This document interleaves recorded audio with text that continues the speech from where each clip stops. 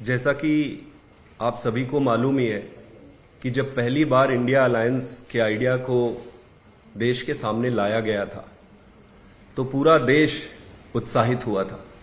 देश में एक बहुत बड़े वर्ग में एक उम्मीद जागी थी। जिस तरीके से नरेंद्र मोदी जी और भारतीय जनता पार्टी की सरकार का उद्देश्य अपनी पार्टी को आगे बढ़ाना रह गया है, देश को आगे बढ़ाना उनका उद्देश्य नहीं रहा, अपनी पार्टी भाजपा को आगे बढ़ाना उनका उद्देश्य रह गया है। ऐसी परिस्थिति में जब इंडिया अलायंस बनी तो पूरी देश में उत्साह दिखा था। इंडिया अलायंस का उद्देश्य यही था कि देश हित में सभी घटक राजनीतिक दलों को एक साथ आकर अपने स्वयं के राजनीतिक हितों की चिंता किए बगैर देश हित को ध्यान में रखकर इंडिया अलायंस को चुनाव लड़ाकर और जिताकर इस देश को एक अच्छी सरकार देने की सोच रखी गई थी। हम भी जब इस अलायंस में आए तो हमारी भी एक ही मंशा थी कि अपने हितों का नहीं सोचना है, अपनी पार्टी के हितों के बारे में नहीं सोचना है, देश के बारे में सोचना है। देश इंपॉर्टेंट है, पार्टी इंपॉर्टेंट नहीं है। इसी उद्देश्य से हम भी इस अलायंस में आए। आज शुरू में ही ये कहना चाहता हूं कि हम पूरी ताकत से, पूरी ईमानदारी से और पूरी लगन से इस अलायंस के हिस्सा है और इस अलायंस को सफल बनाने के लिए जो कुछ भी लगेगा, ईश्वर ने हमें जितनी भी शक्ति दी है उसके हिसाब से हम पूरी ताकत से इस पे लगेंगे। लेकिन आप ये समझो कि इस इंडिया अलायंस का उद्देश्य है क्या? इंडिया अलायंस का उद्देश्य है कि चुनाव लड़ना, चुनाव जीतना और देश को एक नया विकल्प देना। और अगर चुनाव लड़ना और चुनाव जीतना इस पूरे पवित्र उद्देश्य का आधार है तो आपके सारे जो चुनाव लड़ने से संबंधित चीजें हैं वो महत्वपूर्ण हो जाती है। समय पर कैंडिडेट की घोषणा करना, आपकी कैंपेन प्लानिंग करना, सारे को एक साथ मिलजुल कर इस चुनाव को कैसे आगे बढ़ाया जाए उस पर बातचीत करते रहना। कांग्रेस पार्टी के साथ अलायंस की जो बातचीत हमारी सीट शेयरिंग को लेकर हुई थी, आप देखेंगे कि ये दो बारी ऑफिशियल मीटिंग हुई, एक 8 जनवरी को और दूसरी 12 जनवरी के आसपास। इन दो ऑफिशियल मीटिंग्स में जो चर्चा हुई, अच्छे एटमॉस्फेयर पे हुई, चर्चा हुई, सभी बातों पर चर्चा हुई, लेकिन उस पर निष्कर्ष कुछ निकला नहीं। आप देखेंगे कि इन दो ऑफिशियल मीटिंग के अलावा पिछले 1 महीने में कोई भी मीटिंग नहीं हुई है। 1 महीने हो गए मीटिंग का इंतजार करते कि अगली मीटिंग होगी, अगली मीटिंग में कुछ निर्णय निकलेगा और बात आगे बढ़ेगी। हमें बताया गया कि यात्रा चल रही है कांग्रेस पार्टी की, इसलिए शुरू में लेट हो रहा है, 2 दिन लेट होगा, 3 दिन लेट होगा। हम इंतजार करते रहे। इस बीच कई कांग्रेस पार्टी के प्रमुख लीडरों से मिलने का भी मौका मिला और उनको भी कोई आइडिया नहीं है, कोई क्लैरिटी नहीं है कि भाई अगली मीटिंग कब होगी। 1 महीने से ज्यादा होने को है। ऐसी परिस्थिति में अगर आपका उद्देश्य चुनाव जीतना है तो फिर मन में प्रश्न उठता है और चिंता होती है कि इस तरीके से चुनाव जीतना तो बड़ा मुश्किल हो जाएगा। और ये चिंता ही है जिसके कारण आज मैं यहां पर बैठा हूं और भारी मन से बैठा हूं। कोई हमें यहां पर आकर कुछ बोलने की और ये सारी चीजें करने की जरूरत नहीं होती अगर हम बातचीत करते। आप देखे होंगे पिछले कुछ दिन पहले हमने आसाम में 3 कैंडिडेट्स का अनाउंसमेंट किया था। मैं उम्मीद करता हूं कि इंडिया अलायंस उसको स्वीकार करेगी। ये 3 कैंडिडेट जो हमने अनाउंस किया है वो तैयारी कर रहे हैं। बहुत अच्छा रिस्पॉन्स है आसाम में, उनकी तैयारी शुरू हो गई है। समय को देखते हुए आज मैं साउथ गोवा से भी आम आदमी पार्टी की तरफ से कैंडिडेट की घोषणा करता हूं। आम आदमी पार्टी की तरफ से हमारे लीडर वेंजी वेगास जो है, जो बेनुलिम से वहां के विधायक भी है, वो हम कैंडिडेट के रूप में उनकी घोषणा करते हैं और मैं उम्मीद करता हूं कि इंडिया अलायंस इसको स्वीकार करेगी, इसकी अनुमति देगी। आप देखेंगे कि गोवा के चुनाव जब हुए विधानसभा के, तो विधानसभा के चुनाव में आम आदमी पार्टी की 2 सीटें आई थी और दोनों सीटें साउथ गोवा में है। हमारे एमएलए वेंजी और क्रूज बहुत अच्छा काम कर रहे हैं, ये दोनों बहुत पॉपुलर है वहां पर। कांग्रेस पार्टी की भी आज की तारीख में सिर्फ 3 विधायक हैं, उनके 2 विधायक उनके भी साउथ गोवा में है और 1 विधायक उनके नॉर्थ गोवा में।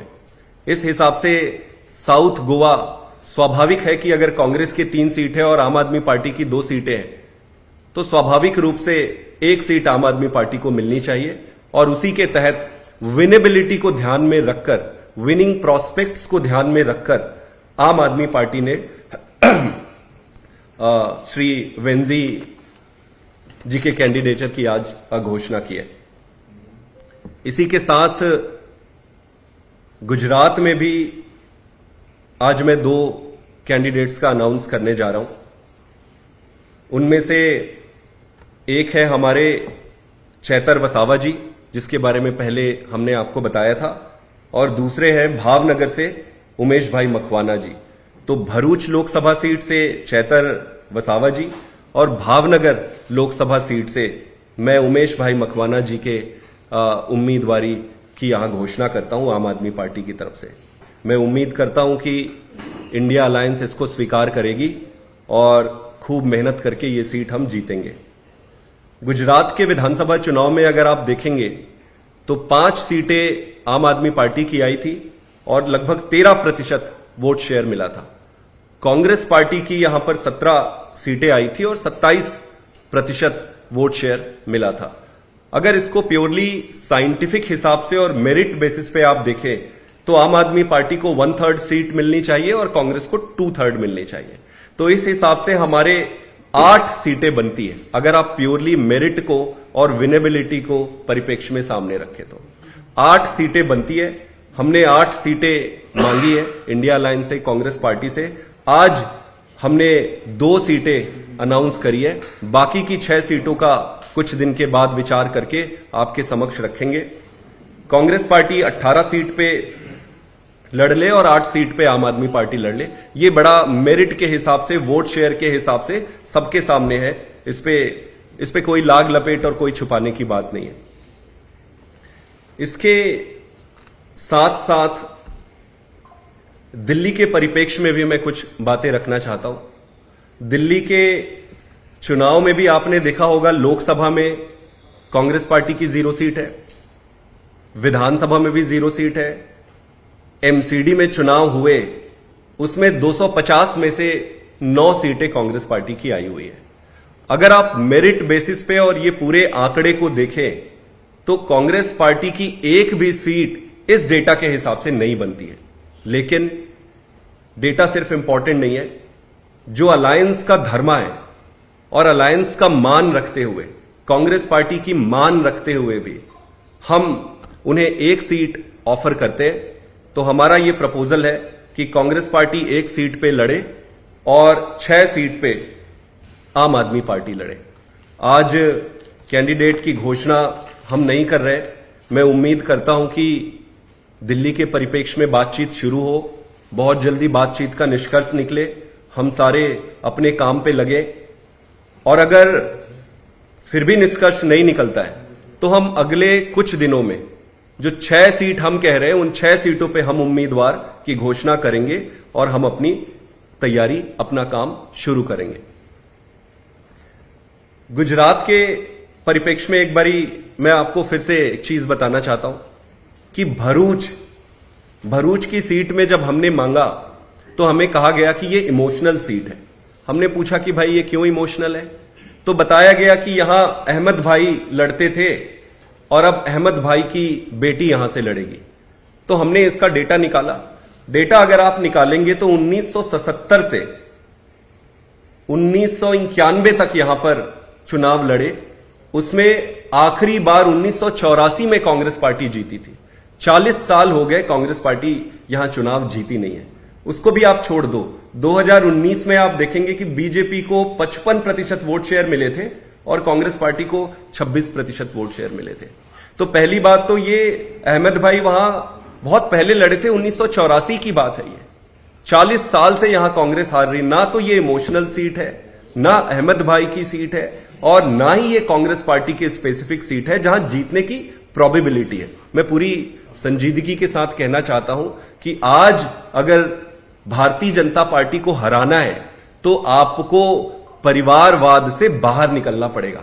हमें यह नहीं देखना पड़ेगा कि कौन किसका रिश्तेदार है, किसको टिकट देनी चाहिए, किसका कौन रिश्तेदार है, किसको टिकट। आप प्योरली इस बात पे आपको जानना पड़ेगा कि कौन सी सीट कौन जीत सकता है और भाजपा को कौन हरा सकता है। आज भरूच में जिस तरीके से सेंटिमेंट से सारा का सारा भरूच चाहता है कि चैतर भाई वसावा उनके कैंडिडेट बने, सारा का सारा ट्राइबल समाज ये चाहता है कि चैतर भाई वसावा उनके कैंडिडेट बने। सारे भरूच में अगर इमोशनल बात कुछ है तो इमोशनल एक ही है, और वो है चैतर वसावा जी को वहां से कैंडिडेट बनाना चाहिए। मैं आज आपके सामने पूरी संजीदगी के साथ कहना चाहता हूं कि भारतीय जनता पार्टी को अगर एक सीट पे अगर कोई हरा सकता है तो हम भरूच की सीट पर चैतर भाई वसावा इंडिया अलायंस के तरफ से हरा सकते हैं। तो हमें ये देखे बिना कि किसके परिवार की क्या बनती है, ये देखे बिना ये देखना चाहिए कि कौन हरा सकता है भाजपा को। हमें कहा गया कि अहमद भाई की बेटी है मुमताज जी। मुमताज जी दिल्ली में रहती है, उनका कोई राजनीतिक पकड़ भी नहीं है। तो मेरा यह मानना है कि ये कोई इमोशनल सीट, ना तो इमोशनल सीट है, ना कांग्रेस पार्टी की ये सीट है। इसी तरह से अगर आप देखेंगे कि हरियाणा में, चंडीगढ़ में बातचीत जल्दी शुरू होनी चाहिए और वहां पे जल्दी निष्कर्ष निकलने चाहिए। पंजाब के बारे में हमने पहले स्पष्ट किया हुआ है कि वहां पर दोनों पार्टियों के जो ग्रुप हैं, स्टेट लेवल के जो लीडर हैं, पार्टी है, उन्होंने ये तय किया कि अलग अलग लड़ेंगे। उनका सम्मान करते हुए हमने ये तय किया है कि पंजाब में हम अलग अलग लड़ेंगे। अब चंडीगढ़, हरियाणा और बाकी के राज्य जहां पर भी बातचीत चल रही है, इन सारी जगहों पर जल्द से जल्द पूरी होनी चाहिए। मोटा मोटे आज हम साउथ गोवा से एक कैंडिडेट अनाउंस किए और गुजरात से 2 कैंडिडेट हमने अनाउंस किए। मैं फिर आपके माध्यम से पूरे देश के सामने और सभी के सामने ये रखना चाहता हूं कि हम अलायंस धर्मा के पूरा सम्मान करते हैं। हमारा उद्देश्य आज देश को बचाना है। आम आदमी पार्टी इंपॉर्टेंट नहीं है, देश इंपॉर्टेंट है। लेकिन यह देखना पड़ेगा कि भारतीय जनता पार्टी को कौन और कैसे हरा सकता है, इसी पर काम करना चाहिए। आज जो कुछ भी हमने ये अनाउंस कर रहे हैं, यहां आपके माध्यम से बात करने की जरूरत पड़ी है, वो बड़े भारी मन से करने की जरूरत पड़ रही है। उम्मीद करता हूं कि आगे की बातचीत जल्दी शुरू हो और सारी चीजें निष्कर्ष निकले। एक साथ मिलकर इंडिया अलायंस को मजबूत बनाएंगे और आगे खूब काम करेंगे। बहुत बहुत धन्यवाद।